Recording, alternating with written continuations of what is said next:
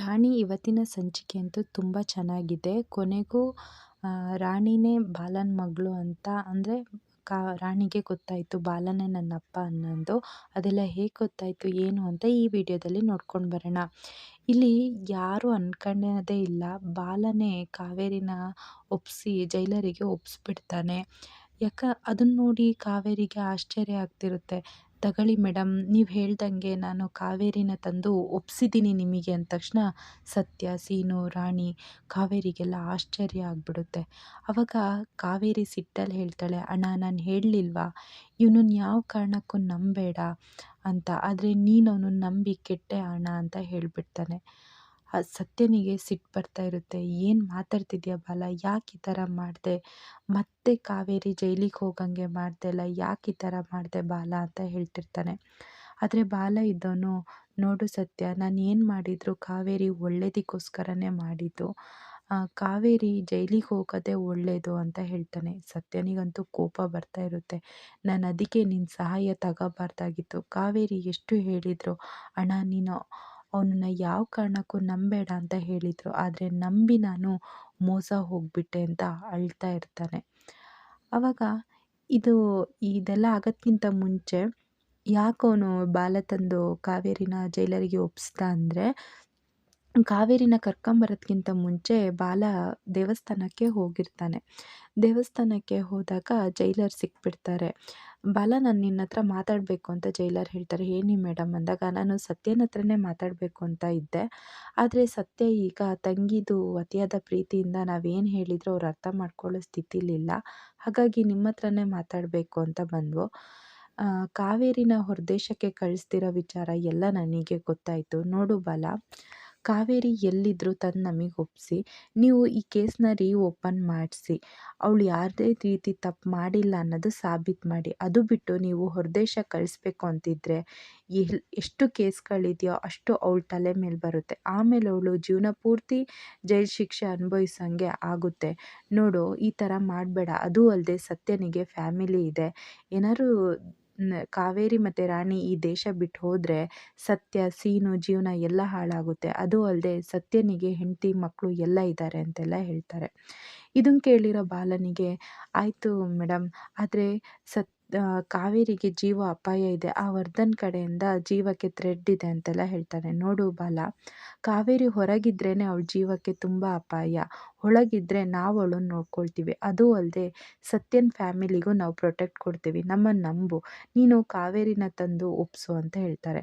ಇದನ್ನೆಲ್ಲ ಕೇಳಿರೋ ಬಾಲನಿಗೆ ಇದೇ ಸರಿ ಅಂತ ಅನಿಸ್ಬಿಡುತ್ತೆ. ಹಾಗಾಗಿ ಈ ವಿಚಾರ ಸತ್ಯನಿಗೆ ಹೇಳಲ್ಲ. ಯಾಕಂದರೆ ಸತ್ಯನಿಗೆ ಹೇಳಿದ್ರು ಅವ್ನು ಕೇಳೋ ಪರಿಸ್ಥಿತಿ ಇರಲ್ಲ. ಒಟ್ಟಲ್ಲಿ ಕಾವೇರಿ ರಾಣಿ ಒಟ್ಟಿಗಿರಬೇಕು, ಹಾಗಾಗಿ ಈ ದೇಶ ಬಿಟ್ಟು ಹೋಗಬೇಕು ಅಂತಲೇ ಇರ್ತಾನೆ.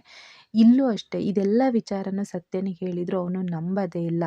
ಯಾಕೆ ಈ ಥರ ಮಾಡಿದೆ, ಮೊದಲು ಅಷ್ಟೇ ನನ್ನ ತಂಗಿ ಜೈಲಿಗೆ ಹೋಗುವಂಗೆ, ಜೈಲು ಶಿಕ್ಷೆ ಅನುಭವಿಸೋಂಗೆ ಮಾಡಿದೆ, ಈಗನೂ ಅದೇ ಮಾಡ್ತಿದ್ಯಾ ಕಾವೇರಿ, ನೀನು ಎಷ್ಟು ಹೇಳಿದೆ ಇವಳನ್ನ ನಂಬೇಡ, ಇವನನ್ನು ನಂಬೇಡ ಅಂತ, ಆದರೆ ನಾನು ನಂಬಿ ಮೋಸ ಹೋದೆ ಅಂದಾಗ, ನೋಡು ಬಾಲ ಹೇಳ್ತಿರ್ತಾನೆ, ನೋಡು ಸತ್ಯ, ನಾನು ಬೇಕು ಅಂತ ಮಾಡಿಲ್ಲ, ನಾನು ಕಾವೇರಿ ಒಳ್ಳೆದಕ್ಕೇ ಮಾಡಿದ್ದು. ಆ ವರ್ಧನ್ ಕಡೆಯವರು ಇವಳ ಮೇಲೆ ಕಣ್ಣಿಟ್ಟಿದ್ದಾರೆ, ಇವಳನ್ನ ಸಾಯಿಸ್ಬೇಕು ಅಂತಿದ್ದಾರೆ. ಏನು ಹೇಳ್ತಿದ್ಯಾ, ಇದೆಲ್ಲ ವರ್ಧನಿಗೆ ಹೇಗೆ ಗೊತ್ತುಂಟು, ಈ ಪ್ಲ್ಯಾನ್ ಬಗ್ಗೆ ಗೊತ್ತಾಗಿದ್ದು ಬರೀ ನನಗೆ ನಿನಗೆ ಮಾತ್ರ ಅಂತ ಹೇಳ್ತಿರ್ತಾನೆ. ಇದನ್ನೆಲ್ಲ ಕೇಳಿ ಜೈಲರು ಹೇಳ್ತಿರ್ತಾರೆ, ಏನೋ ನನ್ನ ಬಗ್ಗೆನೇ ಈ ಥರ ಎಲ್ಲ ಅಂದರೆ ನಮ್ಮ ಮುಂದೆನೇ ಇದೆಲ್ಲ ಮಾತಾಡ್ತಿದ್ದೀರಲ್ಲ ಅಂದಾಗ, ಸತ್ಯ ಹೋಗಿ ಜೈಲರ್ ಹತ್ರ, ಮೇಡಮ್, ಕಾವೇರಿ ಯಾವುದೇ ರೀತಿ ಏನೂ ತಪ್ಪು ಮಾಡಿಲ್ಲ, ಆ ತಾಯಿ ಮಗಳನ್ನ ದೂರ ಮಾಡಬೇಡಿ ಮೇಡಮ್ ಅಂತ ಹೇಳ್ತಾರೆ. ನೋಡಿ ಸತ್ಯ ಅವರೇ, ನೀವು ಕೇಸ್ನ ಓಪನ್ ಮಾಡಿಸಿ, ಕಾವೇರಿ ಯಾವುದೇ ರೀತಿ ತಪ್ಪು ಮಾಡಿಲ್ಲ ಅಂತ ಕೋರ್ಟಲ್ಲಿ ಪ್ರೂವ್ ಮಾಡಿ, ಅದು ಬಿಟ್ಟು ಈ ಥರ ಎಲ್ಲ ಮಾಡೋದು ತಪ್ಪು ಅಂದಾಗ ಸತ್ಯನಿಗಂತೂ